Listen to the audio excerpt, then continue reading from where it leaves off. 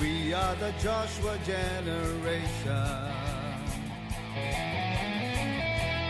ready for battle, possessing every land. Molded, prepared, and trained by His mighty hand, taking every tribe and nation. Determined to fight, we're here to establish His kingdom, taking the nations, 'cause the King is about to come. Arise, Joshua generation, show forth His praise and our salvation. Jesus, you are exalted. We are a chosen generation, a royal priesthood, a holy nation. Lord, we lift your name on high.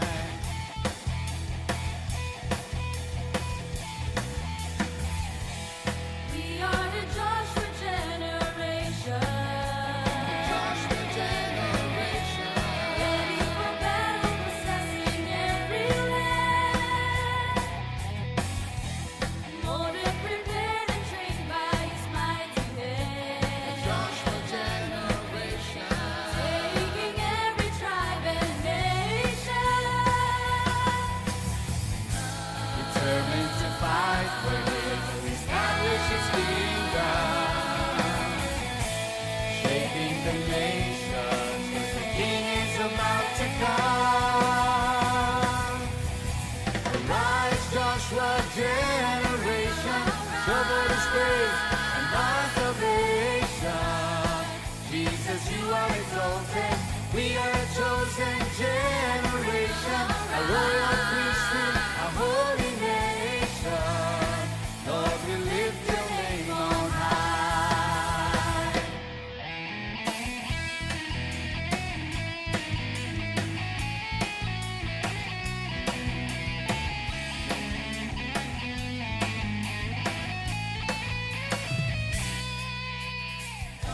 Determined to fight, we're here to establish His kingdom, shaking the nations, 'cause the King is about to come. Arise, Joshua generation, show forth His praise and our salvation. Jesus, you are exalted. We are a chosen generation, a royal priesthood, a holy nation. Lord, we lift your name on high. Arise, Joshua generation, show forth His praise and our salvation. Jesus, you are exalted. We are a chosen generation, a royal priesthood, a holy nation.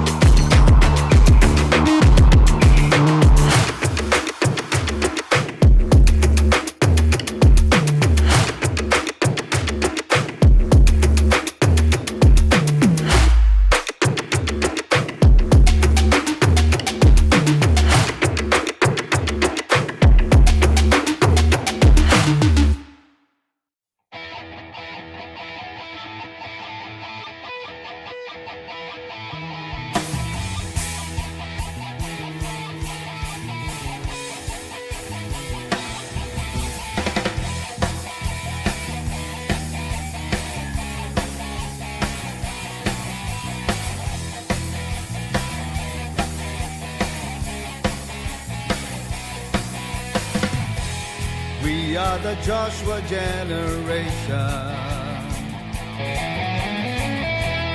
ready for battle, possessing every land. Molded, prepared, and trained by His mighty hand, taking every tribe and nation. Determined to fight, we're here to establish His kingdom. Taking the nations, 'cause the King is about to come. Arise, Joshua generation, show forth His praise and our salvation. Jesus, you are exalted. We are a chosen generation, a royal priesthood, a holy nation. Lord, we lift your name on high.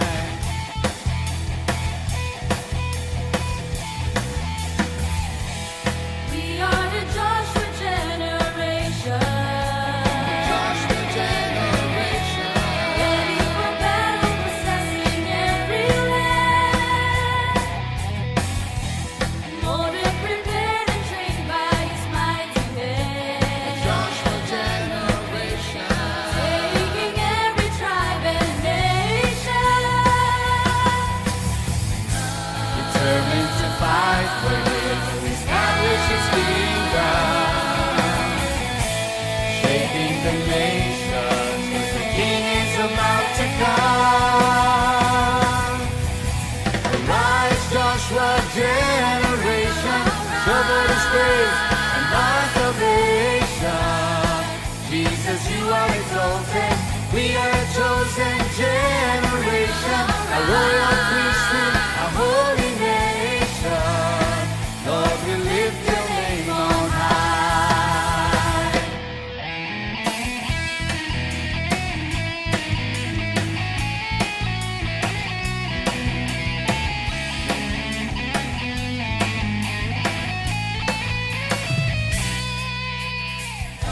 Determined to fight, we're here to establish His kingdom. Shaking the nations, 'cause the King is about to come. Arise, Joshua generation, show forth His praise and our salvation.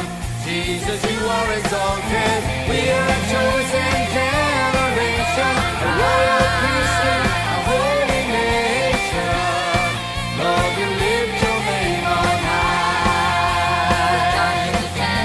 Arise, Joshua generation, show forth His praise and our salvation. Jesus, you are exalted. We are a chosen generation, a royal priesthood, a holy nation. Lord, we lift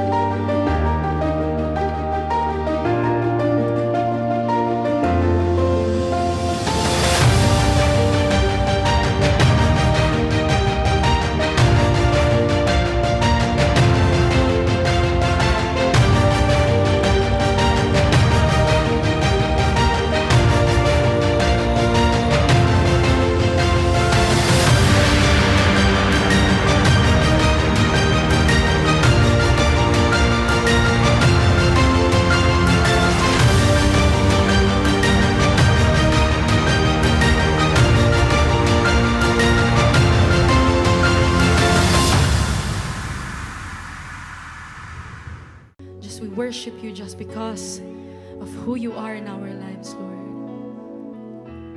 Thank you, Jesus. Because of who you are, I give you glory. Because of who you are, I give you praise. Because of who you are, I will lift my voice and say, Lord, I worship you because of who you are. Lord, I worship you because of who you are. Sing once again. Because of who you are. Because of who you are, I give you glory. Because of who you are, I give you praise.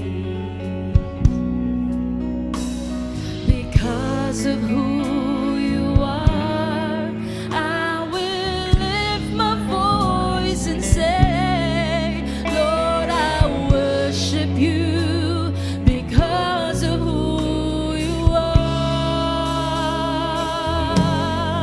Lord, I worship you because of who you are. Come on and sing his name, Jehovah Jireh, my provider. Jehovah Nissi, Lord, you reign in victory. Jehovah Shalom, my Prince of Peace, and I worship you because of who you are. Sing once again, because of who you are. Because of who. Come on, tell it to the Lord right now. Come on, sing it to him. Oh, because of who you are.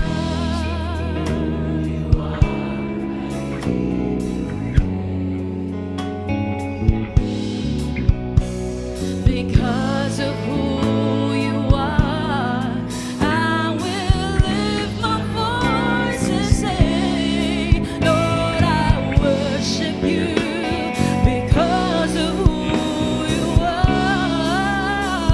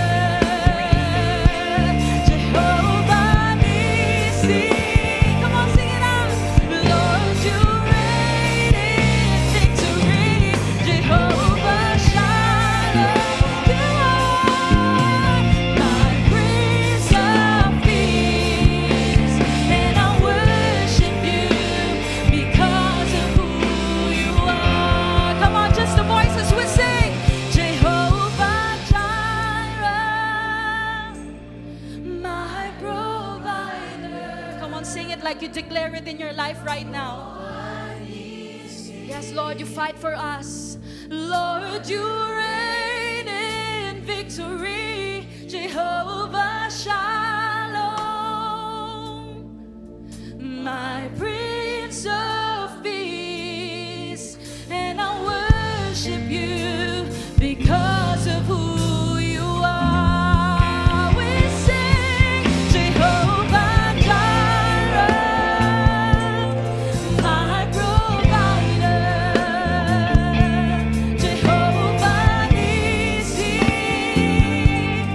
Lord, you reign in victory. Jehovah Shalom, you are my Prince of Peace, and I worship you because of who, and I worship you because of who, and I worship you because of who you are. Lord, I worship you because of who you are. Lord, I worship you because of who you are. For the last time we'll sing, Lord, I worship you because of who you are.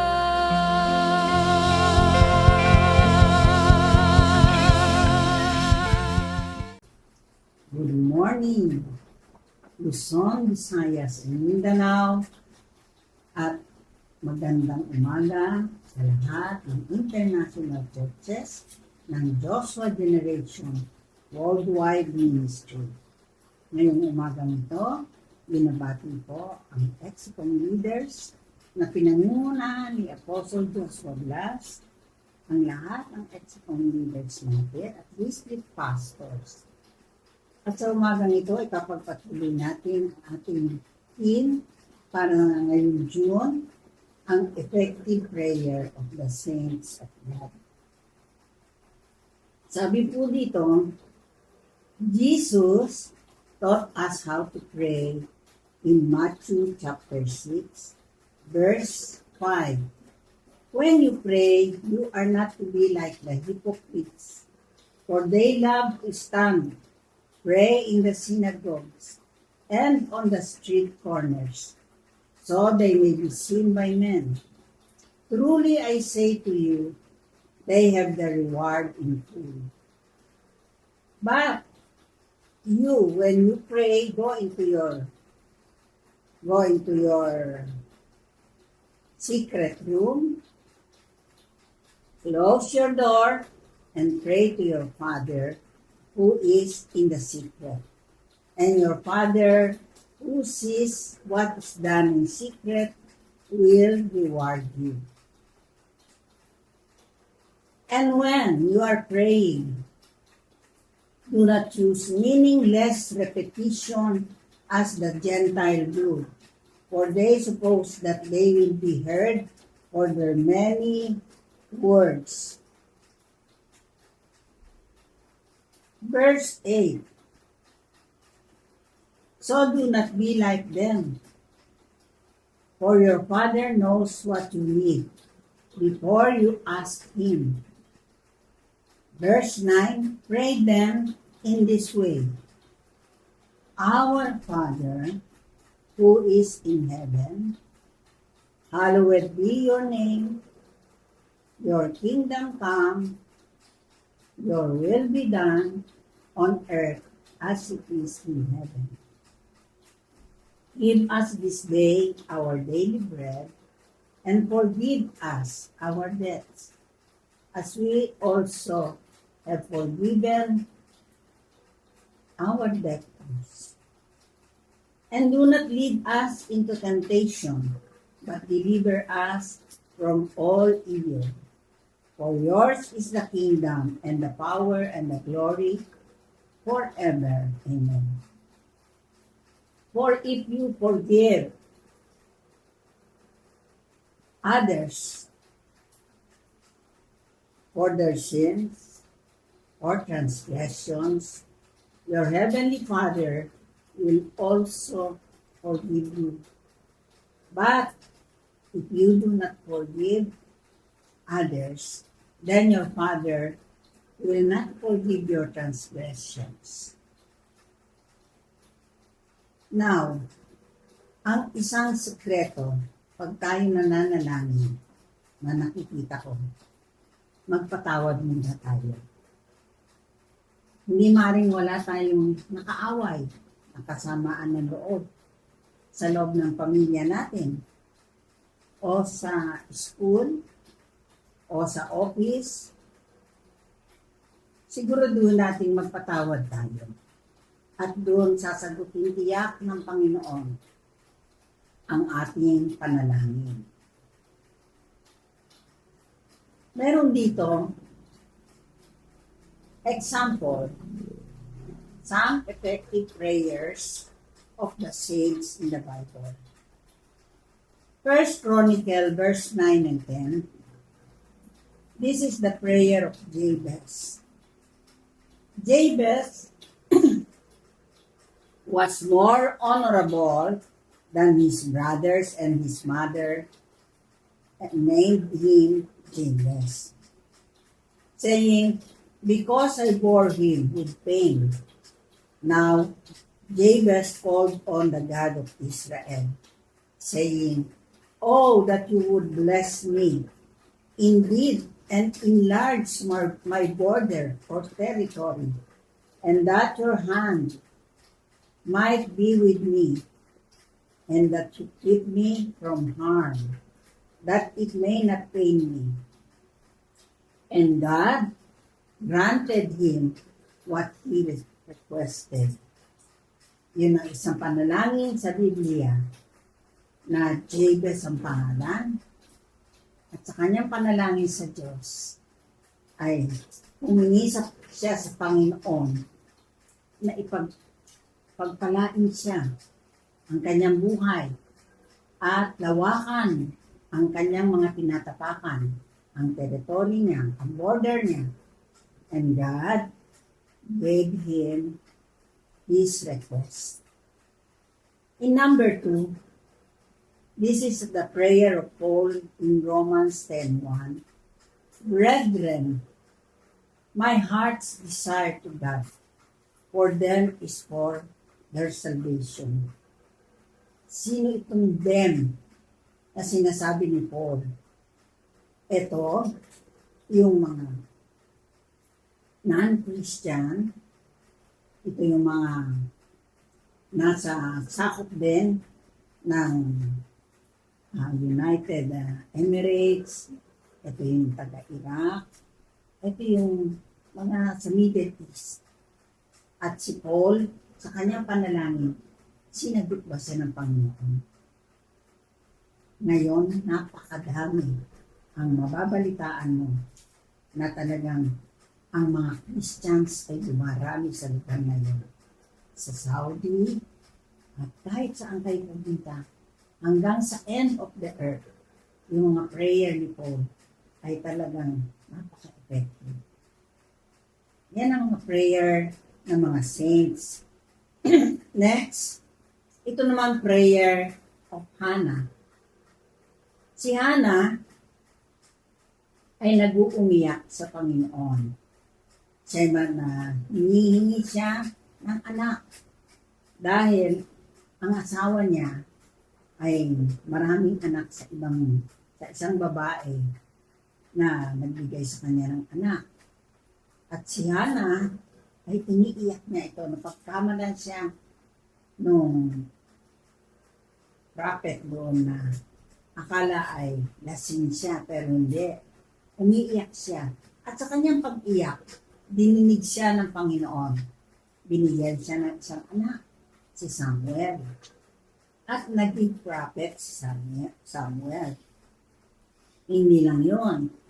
Nung ipagkatiwala ni Hannah si Samuel sa Silo, at doon maglilingkod sa Panginoon kahit na maliit pa siyang bata, alam nyo, sunod-sunod na ang binigay ng Panginoon Diyos na anak ni Hannah. Dumami sa pag-o-offer niya kay Samuel sa Dan. Ang isa pang napaka-effective prayer sa Old Testament ay yung prayer ni Abraham for Sodom and Gomorrah. Remember, ang kanyang nephew si Lot ay napapunta sa Sodom and Gomorrah at lahat ng mga tao doon ay makasalanan except kay Lot at sa kanyang mga anak. At sinabihan ng Panginoon si Abraham, alisin mo sila doon. Nakipag-bargain si Abraham sa Lord. Lord, kung meron bang 50 ang Sodom, hindi mo na bubunawin o hindi mo na susundin. Ang sagot ng Panginoon, hindi na. Kung Lord, kung may 40, hindi na. Nangyari, wala pa nga 10 ang nakikitang Christian at yun ay si Lot at ang dalawa niyang anak. Dahil yung wife ni Lot ay lumingon pa, kaya siya ay naging salt, asin. So, makikita natin yung mga panaghoy ng mga tao ng unang panahon ay dinidinig ng Diyos. Another is the prayer of Moses para sa Israelites. Sabi niya, Lord, ako na lang, sa akin ka na lang magalit. Huwag mo silang patayin. Sino yun? Yung mga Israelita na inilabas niya from Egypt. Nagalit ang Panginoon dahil matitigas ang ulo. At gusto na silang tupukin ng Diyos. Nakiusap si Moses. Ano ang pakiusap ni Moses? Burahin mo na lang ang pangalan ko sa aklat ng buhay, Panginoon. Huwag lang sila. Imagine, ang titigas ng ulo ng mga Israelites, pinagtanggol ni Moses at dininig siya ng Panginoon. Next is the prayer of Jesus. Si Jesus, nag-pray siya, meron siyang inaalagaan. At sabi ng Lord, puputulin ko na yung punong yan dahil hindi namumunga. Ang sabi ni Jesus, as a farmer, Lord, wag po dahil pamumungahin ko yan. Bigyan niyo ako ng 1 week. Mamumunga po yan. At namunga nga at pinagbigyan ng Father God si Jesus. At ang isang panalangin ni Jesus na lahat tayo, ng mga disciples niya, ay huwag mainlad sa mundo, sa sanlibutan. Mga kapatid, tayo, anong panalangin natin para sa Joshua Generation Worldwide Ministry? Let's pray that we will be one in unity. The love, to love and obey Jesus. To love one another. Salvation of our families. And salvation for all of us in JGWM. To love God alone. Remove every hint of idols in our life. Prayers of the Saints. In Revelation chapter 5 verse 8 and Revelation chapter 8 verse 5. Our prayers, the prayers of the saints, with incense offered in heaven. Then the angel took a censer and filled it with fire of the altar and threw it to the earth, and there followed peals of thunder and sounds, flashes of lightning, and an earthquake. Imagine, pag pala kumukulog, kumikidlat, at malakas ang ulan, at may kasama pang lindol, meaning tayong mga saints, nag-aakyat ng panalangin sa Diyos. Ayan na ang kasagutan. That is in Revelation chapter 5 verse 8 and Revelations chapter 8 verse 1. Tandaan natin, walang hindi sinasagot sa panalangin natin. Lahat ay sinagot niya. In chapter 9 verse 1, Thessalonians 5:16. 1 Thessalonians 5:16. Rejoice forevermore. In everything give thanks, for this is God's will for you in Christ Jesus concerning you. Diba napakaganda ng ating buhay dito sa lupa bilang mga anak ng Diyos. Nakita natin na tayong lahat ay pinili ng Diyos at tayo'y pinagpala niya. Tandaan natin, walang panalangin tayo na hindi sinagot ng Diyos. Ipagkatiwala natin sa Kanya ang lahat. At meron pa akong sinasabi dito, isang bagay na sinasagot ng Panginoon ang ating mga panalangin. Example, si Prophet Elisha and his servant while they are in Dothan. And verse 15, now when the attendant of the man of God had risen early and gone out, behold, an army with horses and chariots was circling the city. And his servant said to him, alas, my master, what shall we do? So he answered, do not fear, for those who are with us is more than those who are with them. Then Elisha prayed and said, O Lord, I pray, open the eyes of my servant. And the Lord opened the servant's eyes, and he saw, behold, the mountain was full of horses and chariots of fire all around Elisha.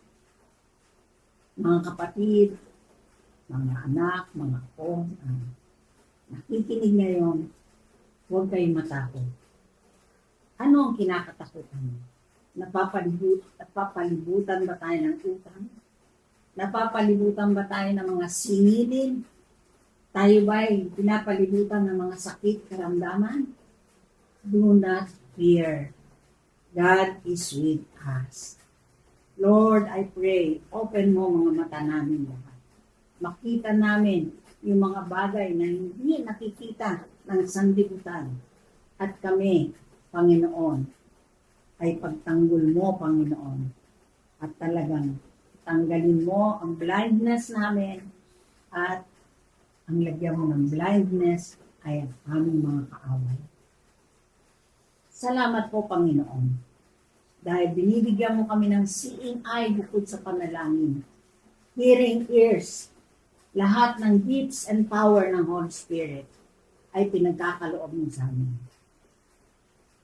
The Holy Spirit will empower you to speak the truth, to monitor and control what you say, and bring you to a position of accountability.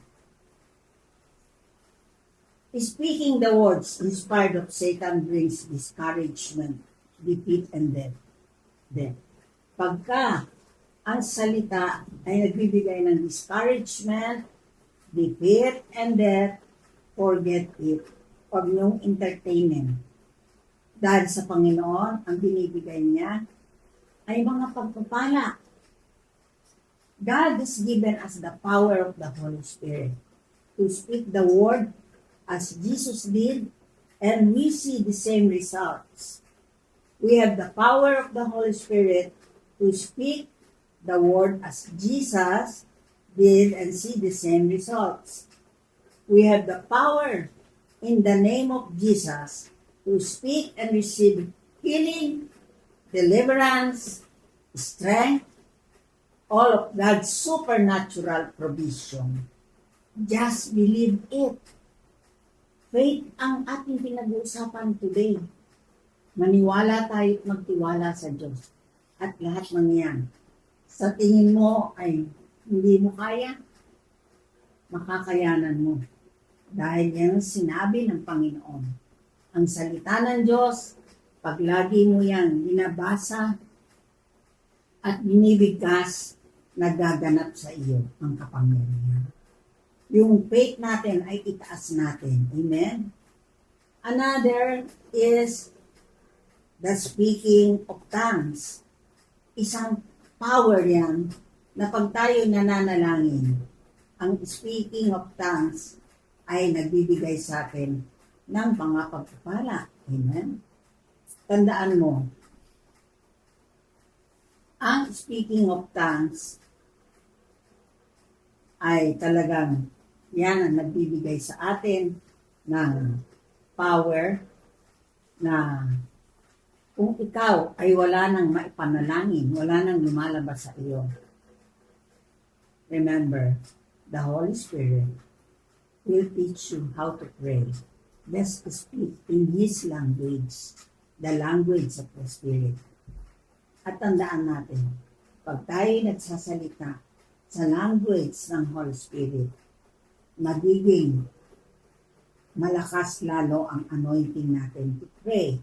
At talagang lumalakas ang mga panalangin natin, mga kapatid, mga anak, mga apo, na nakatunghay sa akin ngayon. Sundin niyo lang ang mga sinasabi ko sa inyo. Nandyan ang power. Nandyan ang power ng tongue. Kaya, bigyan nyo ng pagkakataon na maintindihan natin. Dahil sa power of the tongue, makikita nyo ang sarili nyo na very effective. Hindi nyo naman maintindihan kung anong pinagpe-pray nyo. Pero, dahil sa power na yan, lalabas ang inyong mga panalangin na sinasagot. Matatagpuan niyo yan sa Ephesians 6 verse 18. With all prayer and petition, pray at all times in the Spirit. And with this in view, be on the alert with all perseverance and petition for all the saints.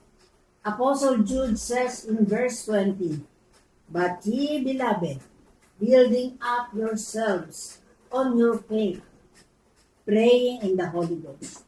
Minsan wala na tayong maipanalangin. But let the Holy Spirit guide us to pray. Pray in the Spirit. Praying in the Spirit or praying in the Holy Ghost is actually praying in other tongues. 1 Corinthians 14:2, for he that speaketh in an unknown tongue speaketh not unto men, but unto God. For no man understandeth him, howbeit in the Spirit he speaketh mysteries. At alam niyo ba, ang speaking in tongues, napaka-powerful po nito. Lastly, when you pray in the Holy Spirit, meron kayong groaning. Alam niyo, pag tayo nagkaroon ng gift of groaning, just go, let it go, the Holy Spirit, to pray in groaning. Dahil nagtatawag yan na mga kaluluwa na wala pa sa Panginoon, dadalhin sa inyo ng Diyos para makakilala sa Diyos. At ganun din, isa pa, ang travailing. Travailing in the Spirit is one of the tool of intercessions, which is not commonly used by the Christians due to lack of vital information. However, travail is necessary before any spiritual birth takes place. In the worldly realm, a woman who was pregnant does not give birth without labor that brings faith the new birth. Sabi nga dito, ang results ng travailing, it brings revival in the land. Gusto niyo ba yun? It raises up ministers. It reaches out the lost souls. It covets to have church growth. Yung mga konti pa lang ang inyong church growth, this is the time. Ask for the gift of travailing and groaning. It brings spiritual rebirth.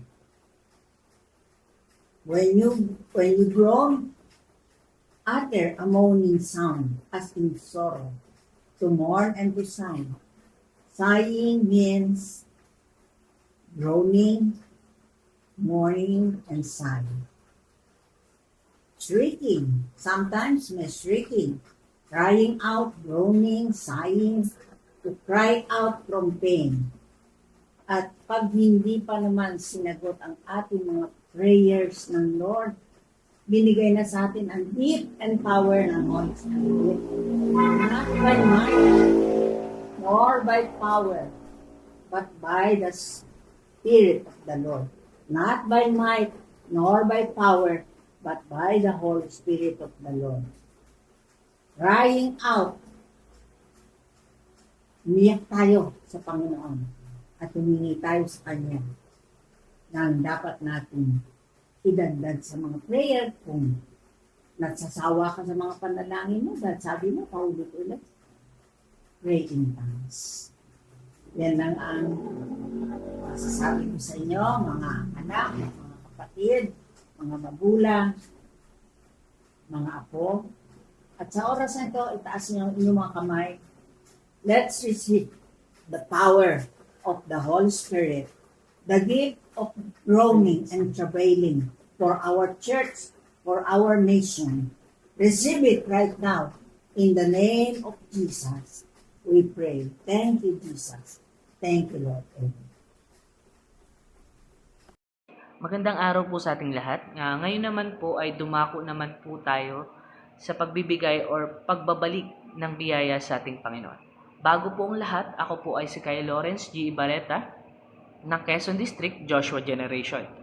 Atin pong kunin ang ating mga Biblia at hayaan niyo po akong basahin ang Bible verse na to. Dumako po tayo sa Proverbs chapter 3, verse 9 or mga Kawikaan 3:9. Ano pong sinasabi dito? Parangalan mo si Yahweh sa pamamagitan ng iyong mga kayamanan at mula sa iyong mga pinakamainam na ani, siya ay iyo ring handugan. Sa gayon, kamalig mo ay lagi nang mag-aapaw. Sisidlan ng inumin ay hindi nga matutuyuan. Yun. Sa pamamagitan ng iyong kayamanan, pag sinabi po nating kayamanan, ay hindi lamang po ito tumutukoy sa pera, kundi pati sa oras at sa iba pang pagpapalang binibigay ng ating Panginoon. Atin pong gamitin ito upang parangalan natin ang ating Panginoon. Magbigay galang or magbalik tayo sa ating Diyos gamit ang mga biyayang natatanggap natin. Kapag magbibigay po tayo, dapat ay yung pinakang-best or yung pinakamainam na maibibigay natin sa ating Panginoon. Ano po? Hindi yung tira-tira lamang po. Katulad na lamang po ng kwento ni Abel at ni Cain. Alam niyo po bang kwento nyon sa Genesis po? Kung saan, si Abel po ay inalay niya or binigay niya po sa ating Panginoon ang kanya sa isa sa pinakamainam na tupa. At ito po ay nagustuhan ng ating Panginoon kesa sa inalay ni Cain. Kung saan, yung inalay po ni Cain ay hindi po yun yung pinakang best na may ialay niya. Mas natuwa po ang ating Panginoon dahil sa inalay ni Abel. Kung saan, binigay niya po yung pinakang buo or yung pinakang best niya po. Ano po? At hayaan niyo naman po kung ibahagi ang aking testimony kung gaano kabuti si Lord sa aking buhay. Sa kasalukuyan po, ngayon po ako ay nagtatrabaho dito sa aming probinsya sa Quezon Province. Naalala ko po nun sa tuwing magbibigay po ako or magbabalik ng biyaya sa ating Panginoon, ay hindi ko pa po binibigay yung aking pinakang best. Kung saan, kung ano lamang po yung laman ng aking bulsa, yun lamang po yung aking inihandog sa Kanya. Pag minsan, nag-aalilangan pa po ko ibigay yun, Kasi po, minsan lang po ako makahawak ng ganong kalaking bagay. But His glory, tinuruan niya po ako kung paano magbigay, kung paano maging tapat. Simula po nung naging tapat ako sa pagbibigay, doon ko po naranasan yung pagpapala ni Lord sa aking buhay. Kung saan, binigyan niya po ako ng kakayanan para i-bless din po yung iba. Tandang-tanda ko po noon, nung nagbigay po ako sa ating Panginoon, kung saan binigay ko yung pinakang buo or yung pinakang best na mabibigay ko sa Kanya without expecting na anumang kapalit, kung saan inisip ko na lang ito po yung best na maibibigay ko sa Kanya. At simula nun, naranasan ko yung mga unexpected blessings na tinatawag. Kung saan, dumarating na lamang yung mga financial blessings at saka yung mga new opportunities na maaari niya akong gamitin para i-bless sa iba. Doon ko po na-realize kung gaano kabuti si Lord sa aking buhay. Kung saan, kapag binigay mo yung best mo, doon ka mas pagpapalain ni Lord. Gagamitin ka rin niya para makabahagi ka din or mabless mo din yung ibang tao. At simula po nun, naging tapat na po ko sa aking pagbibigay or pagbabalik ng handog sa ating Panginoon. Napakabuti po ni Lord. Ano po, kaya mga kapatid, ibigay po natin yung ating pinakang best sa ating Panginoon. Taos puso po tayong maghandog sa ating Panginoon at ang lahat ng papuri ay sa Kanya po. Yun lamang po at maraming salamat. Receive this blessing. May the Lord bless you and keep you. May the Lord make His face shine upon you and be gracious to you. May the Lord lift His countenance over you and give His peace. Shalom and God bless.